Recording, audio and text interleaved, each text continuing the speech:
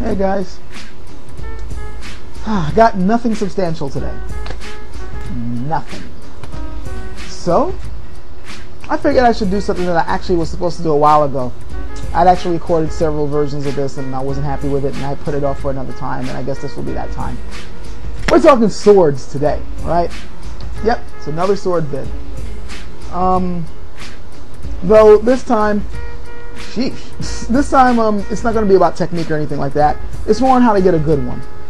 See, a while back, I think about almost a month ago or so, I'd gotten a private message from someone who had seen one of my other sword vids, and basically he wanted to know where he can get his hands on a really good one. He was in the market for like well-made, he called it a mastercraft katana. So I'm assuming what he meant was, you know, like a traditionally made Japanese sword made in Japan by a traditional Japanese swordsmith. So I sent him back another long PM, that private message, on places where I knew he can get such a weapon and where he can get stuff for cheaper, like all the information I knew on how to get a good, well-made sword. But as I was writing this, it was pretty long. I realized, you know, I should probably make a vid about this, because I'm pretty sure there are other people who watch these vids who might be interested in getting a good sword themselves but don't know where to start. I mean, there's tons of information out there, but still knowing where to go and who the fakes are and how to tell what a good sword is, you know, you probably wouldn't know. So I'm going to try my best to come up with a vid to give that information and put up some links over there, of course. Now keep in mind, there's only so much I can put in a standard YouTube vid, you know, 10 minutes, almost 11 minutes vid, but I'll try my best to give you some of the more important things.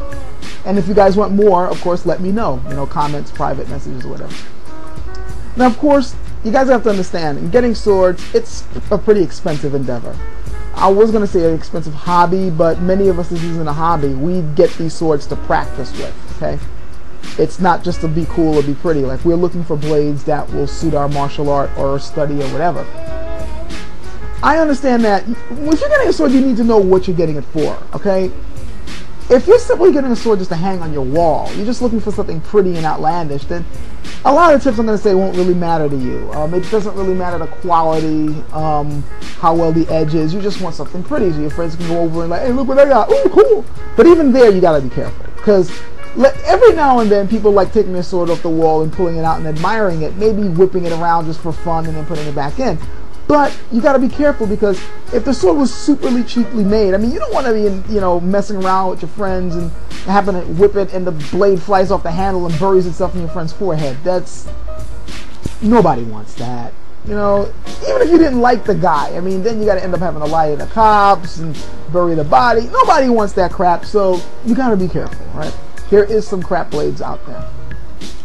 But for those who want a functional, a real sword, okay, here's some tips I can give. One of the biggest tips I can give you guys: stay the hell away from stainless steel, okay? A lot of guys already know this, but I'm surprised how many people still don't understand that rule yet. That's my cat. Stainless steel is a no-no for swords, okay? It's a piece of crap. I know there's some people, I've even met a few, they got a couple of stainless steel Lord of the Rings swords, and they're like, oh, look how cool it is, this is this great instrument. No, it's a piece of junk, okay? Stainless steel is fine for knives, okay? Like, okay, this pocket knife I got. It's a Gerber folder, right? Really nice folding knife. It's great for, a stainless steel is perfect for a knife, because the blade is short, see? Stainless steel is okay, because it holds an edge really well. And of course you don't got to worry about rust, you don't got to worry about oiling and upkeep. But I mean, this one's a really good sharp knife. I could shave skin off with this easy.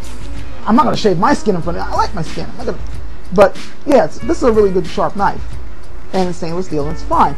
But if you're going to be using something like this, a sword, you know, this long, stainless steel suddenly can't help you, because it's too brittle for something this long. Yeah, it can hold an edge, but if anything hits the blade, it's gonna shatter. Like, for those of you in the market for a katana, if you're practicing your cuts on a tatami mat and you try to do it, the shock is going to damage the blade or snap it. Especially if you meet blade to blade. If you're practicing for somebody blade to blade, your blade's gonna shatter. So you need high carbon steel. You don't want stainless steel. Please spread this around if you're around people who don't understand this. If you're looking for a real sword, stay away from stainless steel. I've harped on that for quite a bit, but it's important. Another thing, if you're looking for a functional sword, you get what you pay for, just like anything in life, okay? You have to be willing to spend some scratch, at least $100 or more. Even in my field, I practice Chinese martial arts and I'm in the Chinese sword play. And there's a lot, I hate to say it, but that's my son. I hate to say it, but when it comes to Chinese swords, for a long time, we really didn't have much in the way of quality. I mean, we got a lot of $30, $40, $50 swords that were garbage, and they still flood the market today. Same thing with katanas, same thing with medieval swords. It's garbage. You have to be willing to spend some money to get the good stuff. Now, you don't have to break the bank. If you know where to go, you can get yourself quality steel at cheap prices. The two Chinese swords I showed before in my other vids, the black one I got for $89, and more wooden look, the brown one, that one I picked up for around $135 or something like that. They normally retail for $109 to $159 respectively each blade, but I know where to go.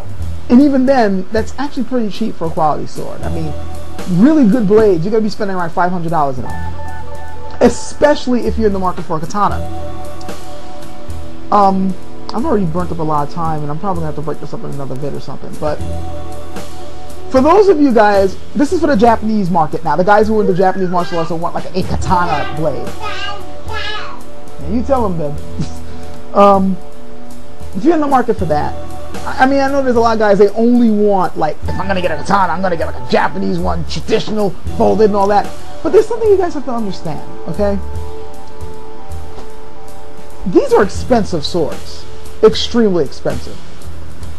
Just to get just a decent, well-made Japanese blade from Japan, traditionally made by a traditional master, you're looking at a good $10,000 and up easy. And that's just for the blade. I'm not talking about the whole sword. I'm just talking the blade, okay?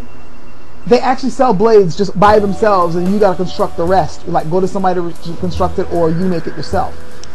And that's a lot of scratch to spend just for a sharp blade. I mean, yes, I understand the mystique and the skill that it takes to make a sword like this, but it's a lot of scratch. Also, you got to understand that they're high in demand, not just because of the mystique and the legend put behind it, but, well, for one thing, there aren't that many traditional Japanese sword makers left in the world. Even Japan, there's very few that know how to do this. And there's a rule, I believe, in Japan, you can only make, these makers can only make one sword per month. So you're dealing with a limited quantity of masters and a limited quantity of swords coming from them. So yeah, limited supply, high demand. Of course the blades are going to be extremely expensive. You know, that's the nature of the thing.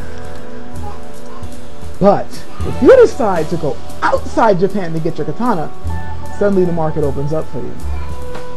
You'll be amazed how many swords you can find really cheap that have the same cutting power as a Japanese made blade.